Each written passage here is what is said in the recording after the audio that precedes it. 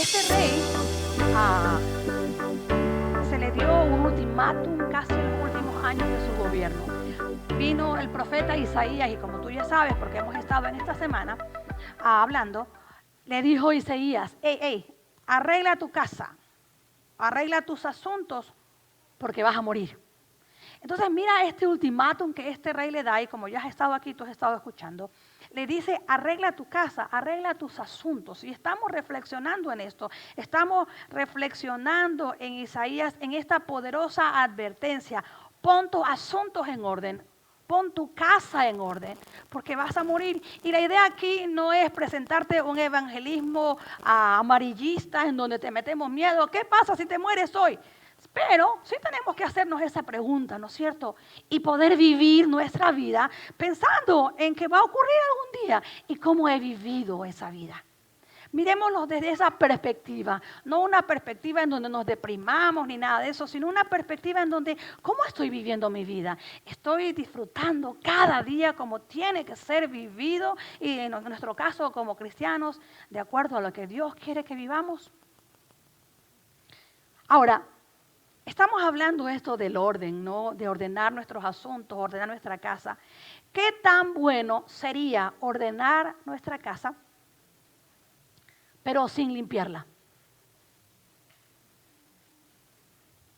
¿Qué tan efectivo sería que tú y yo pongamos todo en orden, las cosas en su lugar, pero no hacemos nuestra casa?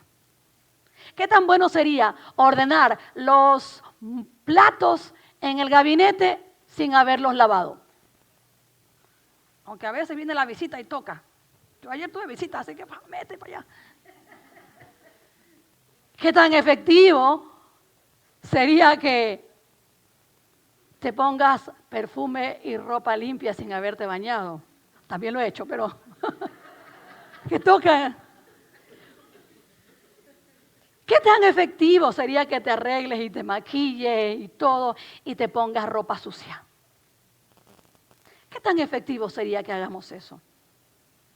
¿Cuán efectivo sería que nos pusiéramos a la tarea de ordenar sin limpiar? Definitivamente solo sería, la verdad, una pérdida de tiempo.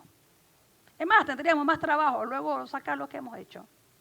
Y hoy nos enfocaremos en este concepto esencial dentro de lo que tiene que ver con el orden, que es la limpieza. La limpieza de nuestros asuntos, la limpieza de nuestra casa.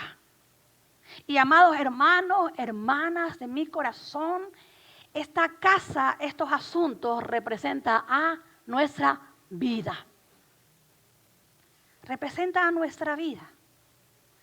En 2 de Crónicas, capítulo 29, versículo del 3 al 5, mira lo que dice aquí. En el primer mes del primer año de su reinado, Ezequías reabrió las puertas del templo del Señor y las reparó. Convocó a los sacerdotes y a los levitas. Les dijo, levitas, escúchenme, purifíquense ustedes y purifiquen el templo del Señor, Dios de sus antepasados. Quiten del santuario todos los objetos contaminados.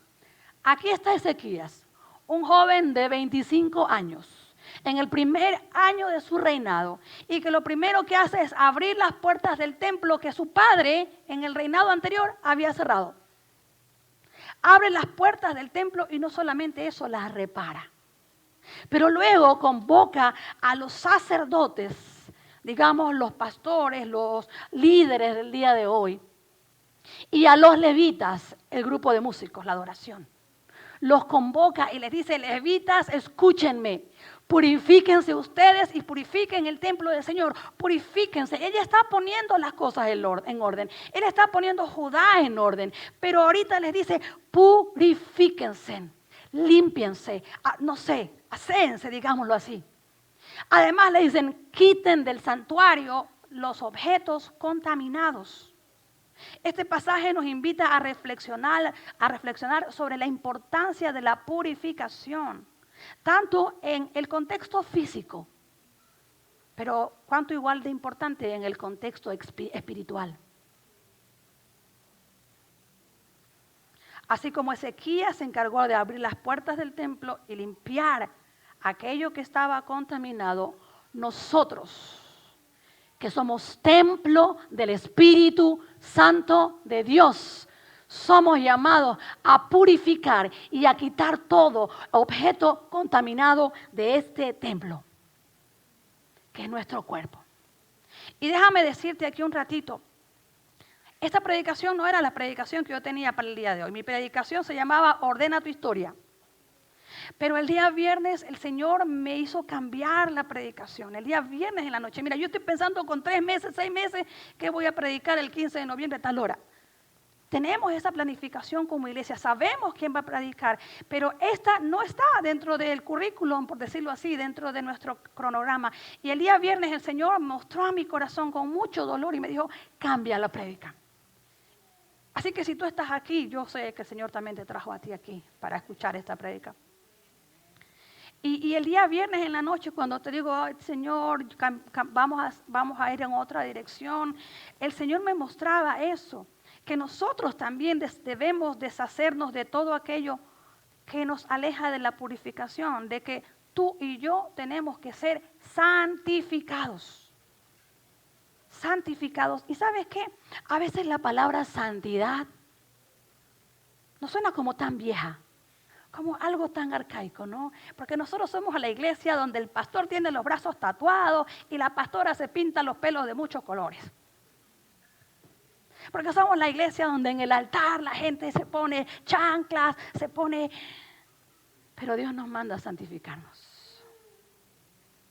Dios nos manda a ser santos, porque Él es santo. Porque Dios nos dice, sin santidad nadie verá al Señor. Esa es la palabra que el Señor me da esta mañana. Por eso la predicación de hoy tiene por nombre Limpiando la casa, el llamado a la santidad.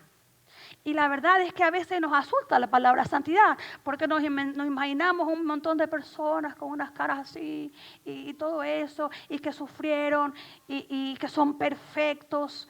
Pero la palabra santidad en el original significa apartados para un propósito. La palabra santidad en ninguna parte implica perfección.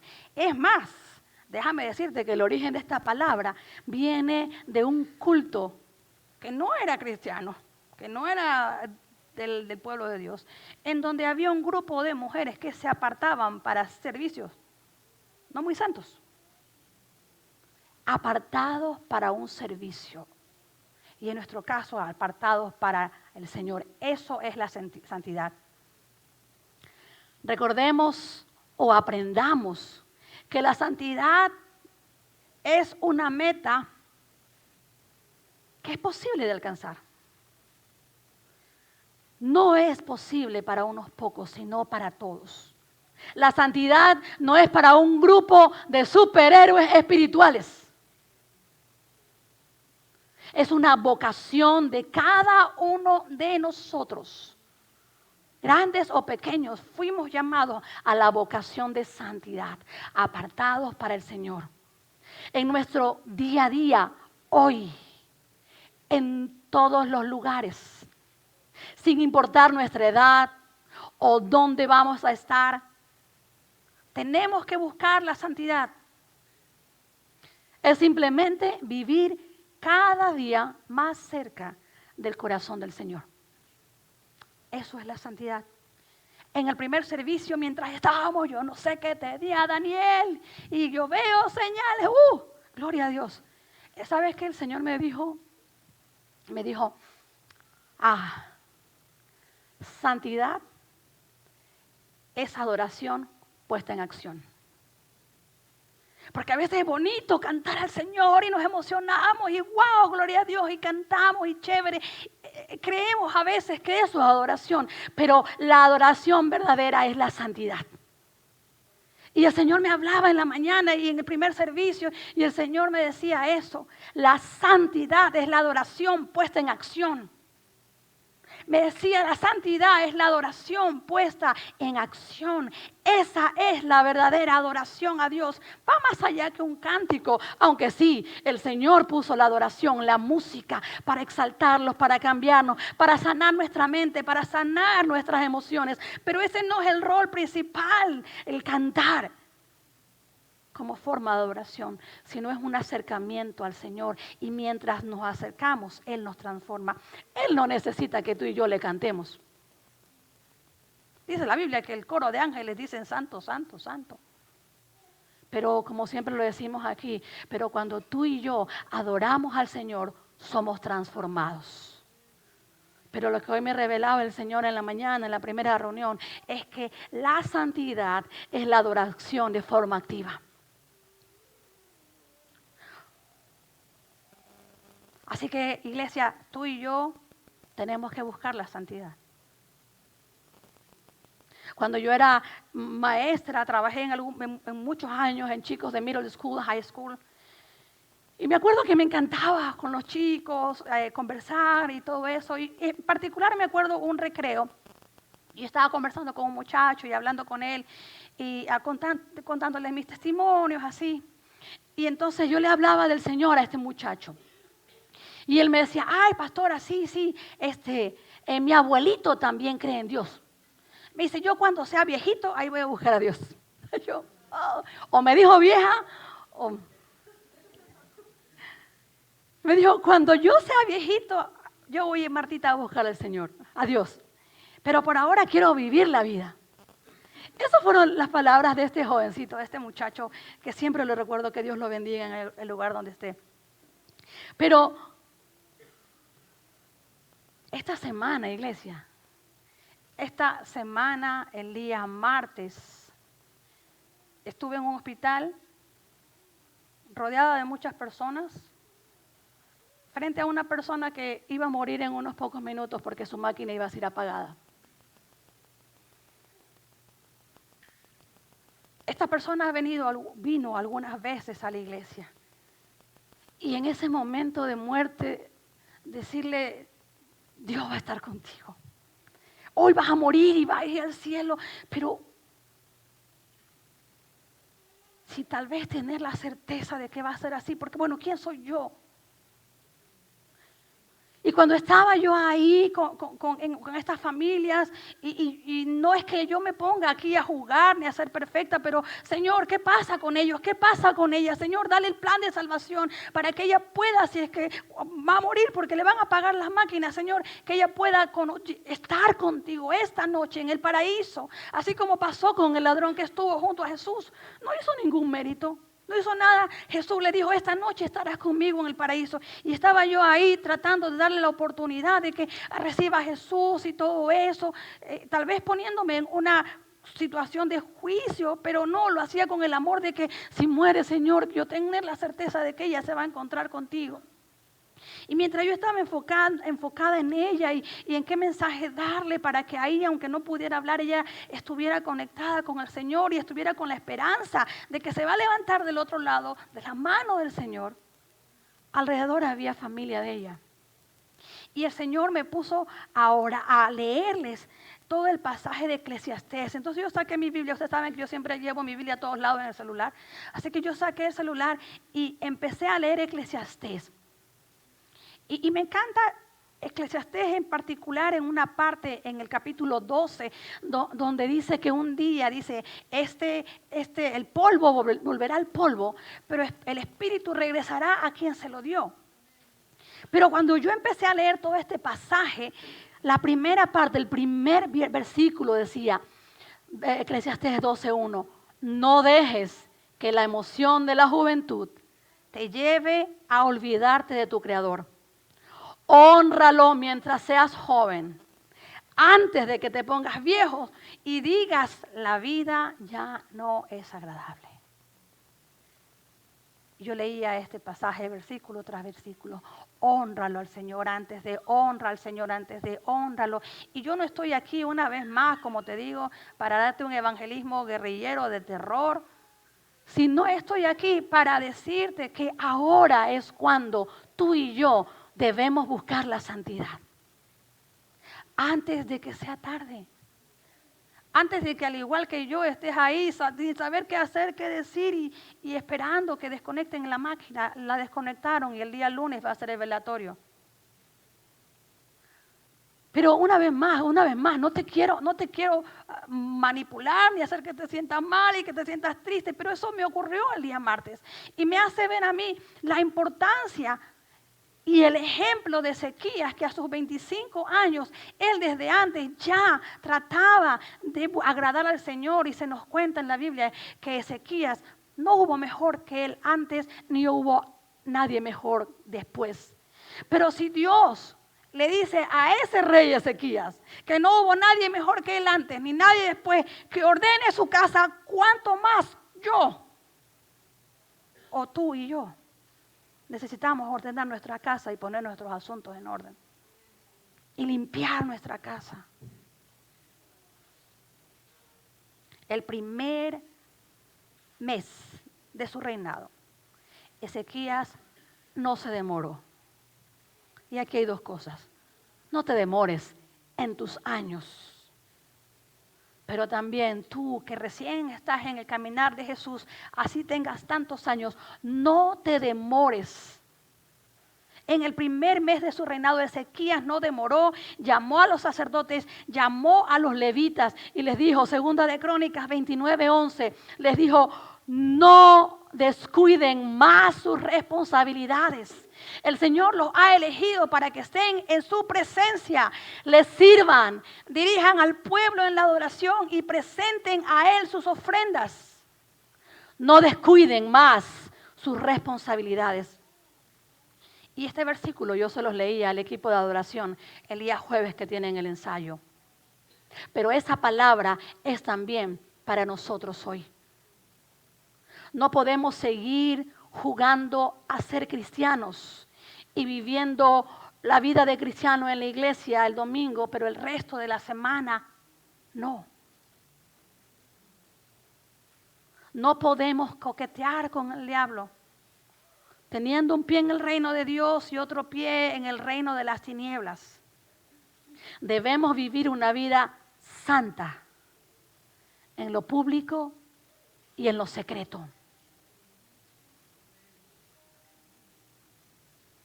Debemos vivir una vida santa en lo que nadie ve. Además, tú lo ves. Además, Dios lo ve.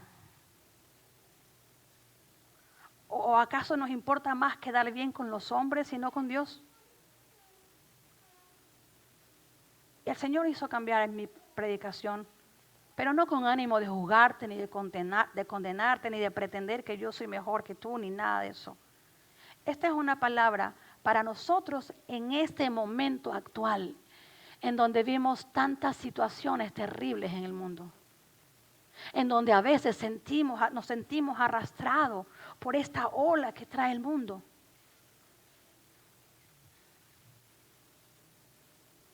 Debemos nosotros mantenernos en santidad. ¿Sabes por qué? Porque cuando tú y yo nos mantenemos en santidad, cerramos las puertas al enemigo. Dios quiere que tú y yo creo, estoy convencida, lo he vivido. Yo creo que Dios quiere que tú y yo vivamos una vida abundante, unas relaciones increíbles. Yo lo creo, lo he vivido, mi vida no era la misma, ahora es mejor que antes, sí, lo tengo que decir a los cuatro vientos, era mejor de antes. Porque Dios quiere que tú y yo vivamos una vida abundante, que yo disfrute a mi esposo, que yo disfrute a mis hijos. Eso es lo que Dios quiere. Pero eso lo vamos a lograr cuando seguimos permitiendo que el Señor, que Dios esculpa a Dios en nosotros, a Jesús en nosotros. Dios quiere que tengamos una vida abundante, que el gozo del Señor sea nuestra fortaleza, que vivamos en amor, que vivamos en paz, que vivamos en bendición, que vivamos en abundancia. Yo lo creo, aquí no es una iglesia que se habla de la prosperidad, pero he visto la prosperidad de Dios en nuestras vidas, en las finanzas, en todas las áreas de nuestra vida. Porque cuando Él viene, Él hace un cambio. Si cerramos toda puerta. A veces me dicen, pero pastora, ¿por qué? Si yo acepté al Señor, mira, me están pasando peores cosas. Es porque todavía tienes puertas abiertas. Y el enemigo no necesita un portón para entrar. Él necesita un huequito que tú les des para meterse y desbaratar tu vida. Y decir todavía, eso te ganas por ser cristiano. El enemigo está buscando esa conducta que aún te cuesta y no la dejas para entrar y apoderarse de ti. Por eso esta predicación, iglesia amada, amigos, hermanos, familia espiritual, no está aquí para condenarte, ni para señalar, ni para nada. Está aquí para decirnos a ti y a mí, no abras la puerta, porque después es difícil cerrarla. Después es difícil romper con adicciones. Después es difícil romper con relaciones en las que nos hemos metido sabiendo que tal vez no era de Dios o aunque dudábamos un poco. Es difícil después sacarlo. Hoy quiero que tú y yo limpiemos la casa, que vivamos en santidad, sabiendo que de esa forma cerramos la puerta al enemigo y en la cara le podemos decir, tú no tienes autoridad en mi vida porque Cristo vive en mí. Toda puerta de nuestra casa, de nuestra vida que está abierta, permite que el enemigo entre y salga como perro por su casa. Así se dice en mi país. Pero ¿por qué me pasa aquí? ¿Por qué me pasa allá? En muchos casos, a veces es porque Dios está cerrando puertas. Pero hay decisiones que se tomaron y tienen que concluir. Pero Dios quiere cerrar esa puerta. Por eso una vez más, iglesia, aquí la advertencia es para que no le abras la puerta.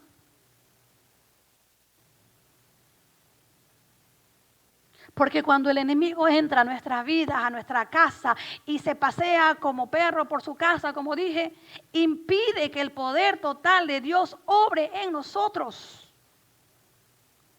A ver, ¿cómo es eso? Si Dios es más poderoso. Sí, pero Dios es santo. Él es un Dios santo. Y dicen por ahí que sin santidad, bueno, no dicen por ahí, la Biblia dice, sin santidad nadie verá al Señor. La palabra de Dios nos revela cuando Jesús dice, Padre, ¿por qué me has abandonado? Porque Jesús cargó el pecado del mundo. Y Dios no estaba ahí. Porque Él estaba cargando el pecado del mundo. Era necesario que Él pagara por cada uno de nosotros. Para el día de hoy poder disfrutar de esa restauración de la vida, de la oportunidad que nos da Dios por medio del sacrificio de Jesús en la cruz. ¿Cuáles son las puertas, iglesia? ¿Cuáles son las puertas que yo he abierto?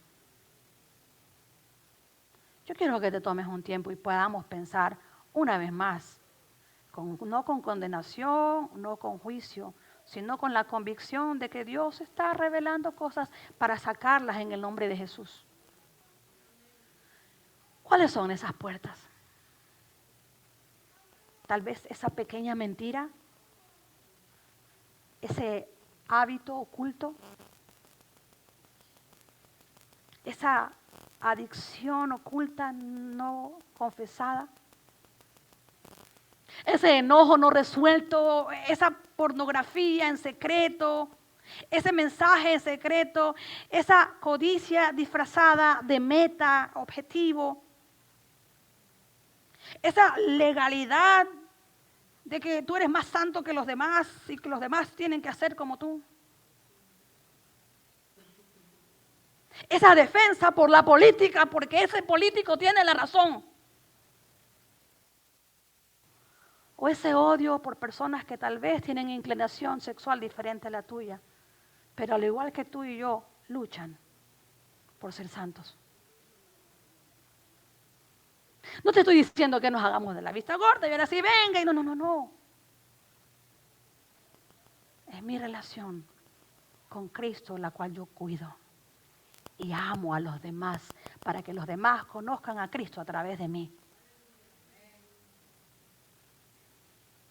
Estas puertas presentan nuestros temores, nuestras inseguridades, deseos no confesados que por alguna razón preferimos ocultar. Sin embargo, enfrentarlos puede ser una oportunidad de crecer y sanar. Incluso confesarlos nos presenta una oportunidad para que el enemigo pierda autoridad sobre nuestras vidas. Porque el enemigo se mueve en lo oculto, porque el enemigo se mueve en lo secreto, el enemigo se mueve en lo que nadie debe saber. Cuando vemos la Biblia cargada de historias de gente que se equivocó y que el día de hoy nosotros estamos hablando de ellos. Porque Dios los muestra que aun si Él tuvo misericordia con ellos, va a tener misericordia con nosotros. Y ahí están muchas historias. Porque sabes que la santidad no es una opción. La santidad, iglesia, para mí, para ti, no es una opción. Es la calle principal por la cual la gloria de Dios se manifiesta. Por la cual la gloria de Dios se manifiesta es la santidad. Y una vez más, la santidad no es perfección. Es apartarnos para el Señor. Segunda de Corintios 6, 17, 18 dice, por lo tanto, salgan de en medio de los que no creen y apártense de ellos, dice el Señor.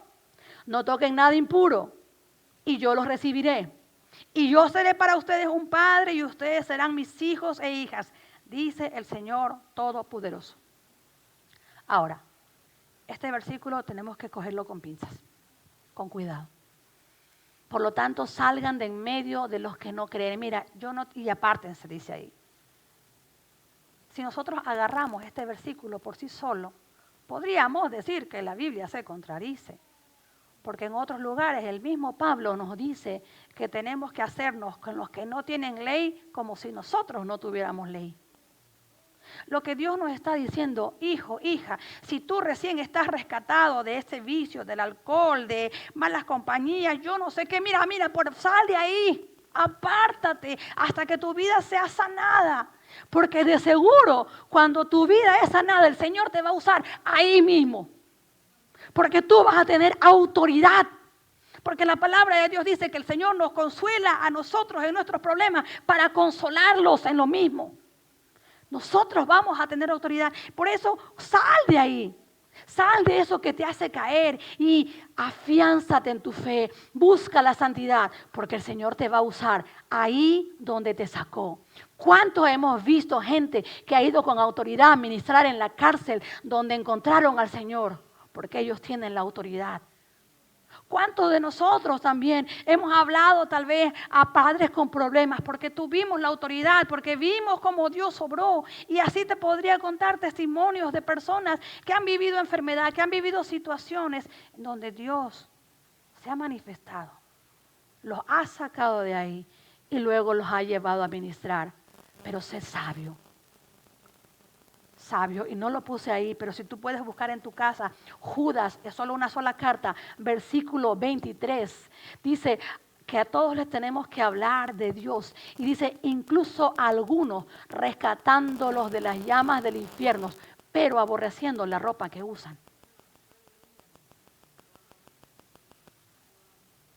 Esta es la promesa. Si limpiamos la casa, si cerramos la puerta, si dejamos de tocar lo impuro, Dios nos recibe y nos llama sus hijos. Y mira,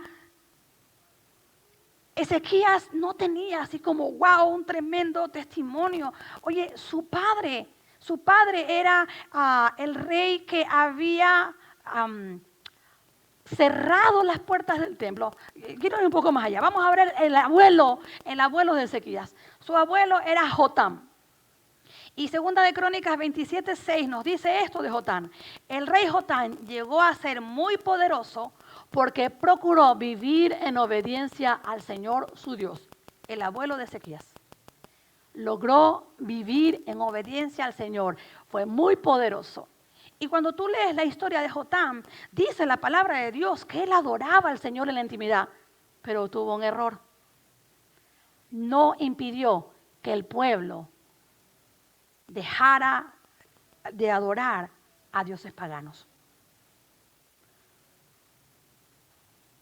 No era perfecto, pero fue muy poderoso y se habla la palabra de Dios de ver cómo él adoraba. Jotam. El padre de Ezequías, Acaz. El abuelo, bien. El padre, una tragedia espiritual, hizo lo malo, cerró las puertas del templo del Señor, edificó altares paganos en toda Jerusalén. Es más, cuando tú leas el pasaje vas a ver que dice que Acaz empezó a adorar a otros dioses para que le den la victoria como otros habían dado. Cuando le dice, pero si son dioses de palos, hechos de palo. Es más, en la primera reunión lo compartí y una pequeñita hizo, ¡oh! Acaz se hizo parte de un culto a un ídolo que tenía una forma de un metal y ponían mucho fuego adentro y ahí ponían a sus hijos. Acaz puso a sus hijos ahí. Por eso esa niñita hizo, ¡oh! Eso hizo Acaz, el papá de Ezequías. Luego la mamá de Ezequías, Abías, hija de Zacarías, quien hizo lo bueno. Un hilo de luz en esta generación. Y Ezequías. Ezequías, al asumir el trono, tuvo que tomar la decisión radical, enérgica, firme. No podía jugar a ser cristiano. No podía coquetear con la idolatría de su padre. Tenía que limpiar. Porque mira, iglesia, jóvenes, la santidad es una elección constante. Jovencitos, los que nacieron en hogar cristiano, no es una herencia garantizada. No, es que yo nací en un hogar cristiano. Es que tengo un primo que es pastor. Es un llamado, es una decisión personal. Quiero repetirte, la santidad es una elección constante, no una herencia garantizada. Oye, mis hijos, ahí está mi negrito lindo. Él tiene que crecer en su fe. Yo no puedo hacer nada. Yo no puedo hacer más que darle un buen testimonio. Pero va a llegar un día en donde ellos decidan. Y oro porque nuestros hijos decidan igual que la fe que nosotros tenemos. Pero es decisión personal. Nuestros hijos tienen que crecer y decidir por la santidad. Pero nosotros, sus padres, tenemos que modelar la santidad más allá de las palabras. Santidad, iglesia. Dios nos llama hoy a vivir en santidad. No importa lo que pase al lado. Yo en santidad. Yo radical por Cristo. No coqueteando, no fingiendo y viniendo al altar y cantándote. Y en mi casa, mis hijos recibiendo un testimonio que no es. Santidad nos llama el Señor. Este Ezequías nos muestra el verdadero carácter. Lo pronto que buscó hacer el bien en el primer año, cuando era joven, cuando tenía 25 años, confrontó a los levitas, confrontó al pueblo. Vamos a hacer las cosas bien. Y no solo yo, como lo hizo su abuelo, sino yo y todos los demás. Porque ¿sabes qué, iglesia? El verdadero carácter se prueba ahí. El verdadero carácter se prueba cuando hay situaciones difíciles, cuando hay decisiones que tal vez los demás están decidiendo diferente a mí, pero yo soy cristiana. Es que ellos no van a entender porque ellos no son cristianos y yo me voy a ver como la rara. Es ahí donde se ve el carácter cristiano, en los momentos difíciles, en donde tal vez no cuadro con la mayoría, no cuadro con la multitud. Es ahí donde se prueba nuestro carácter cristiano. Ezequías no fue un rey sin problemas. Él tuvo situaciones difíciles, porque tú dirías, fácil, es el rey, cambiamos todo y el que se oponga lo matamos. Ezequías enfrentó oposición. Ezequías se enfrentó al rey Sennacherib que vino a quitar todo lo que él había hecho. Y como tú vas a leer en la casa ese pasaje, vas a ver que él manda un mensajero, que la palabra de Dios dice que les empieza a hablar a la gente en hebreo. Había hebreo y arameo. Arameo hablaban los líderes y todo eso. Y que fue a amenazarlos fue a hablar en hebreo.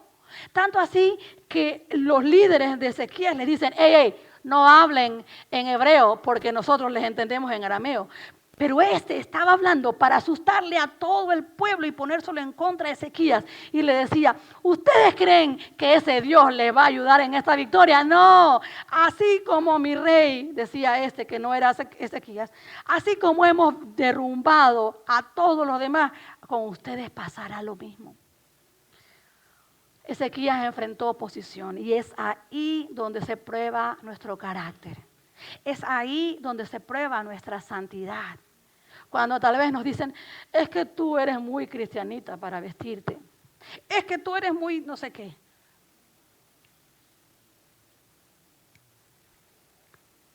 Ezequías enfrentó situaciones difíciles. Este mensajero que se llamaba Rabsaqués se burló, habló en el idioma de Judá para humillarlos, asustarlos, diciéndoles que Dios no los podría librar. Ezequías una vez más ora con el profeta Isaías y Dios le da la victoria. Ezequías hizo lo que un creyente debe hacer en momentos de dificultad. Acudir al Señor y confiar en que Él nos va a ayudar. Mira el pasaje, creo que sí lo puso el visito. Sean fuertes, valientes. Gracias. Esto dice Ezequías después de que este hombre los asustó a todos y todo el pueblo estaba temblando y estaban encerrados en una ciudad amurallada y los líderes decían, ¿qué vamos a hacer? Este mensaje dio Ezequías después de orar a Dios. Sean fuertes y valientes. No tengan miedo. Estas son palabras de Ezequías. Ni se desanimen ante el rey de Asiria y todo el numeroso ejército que lo acompaña, porque nosotros tenemos más que él. Él cuenta con la fuerza de los hombres, pero con nosotros está el Señor nuestro Dios para ayudarnos a luchar nuestras batallas. Amén. Al oír estas palabras, el rey Ezequías y el pueblo se sintió animado. Oye, ese mismo está con nosotros hoy. Y cuando tú leas la Biblia, dice que era un ejército de 185,000. Vino el ángel del Señor y se murieron toditos. Dios obró un milagro por la fidelidad de Ezequías en los tiempos de dificultad. Nos enseña las lecciones, iglesia, de que es importante que tú y yo seamos humildes en cualquier amenaza. En cualquier amenaza. Porque aquí la humildad de Ezequías fue la clave para recibir la ayuda de Dios. La santidad comienza con la humildad. La santidad comienza con la humildad. Así que cuando venga un santo que se crea muy santo y no hay humildad, ora por él mejor. La santidad empieza con la humildad. Ezequías perseveró en la oración. Al igual que tú y yo debemos perseverar en la oración. Ezequías se mantuvo orando y pidiendo ayuda en todo tiempo. No fue una oración rápida, fue un clamor desde lo más profundo de su corazón. Y la limpieza de nuestra casa, el orden de nuestra casa, requiere oración. Requiere oración. Y por supuesto la dependencia de Ezequías con Dios.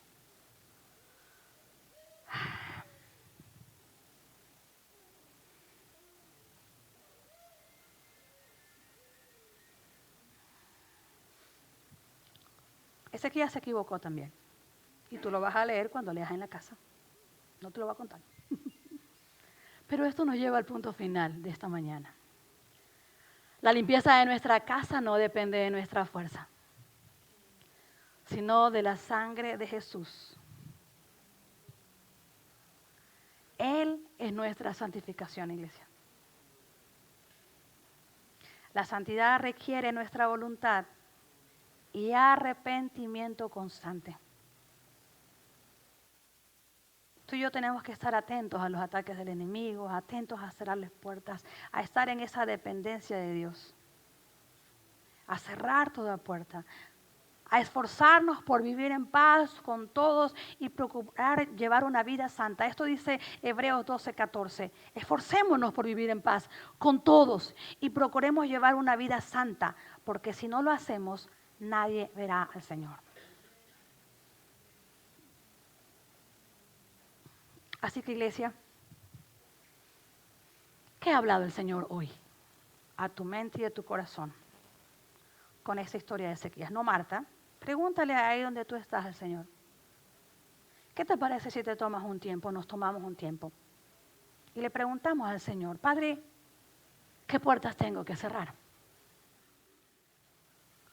¿Qué ídolo de Acaz se ha levantado en mi vida?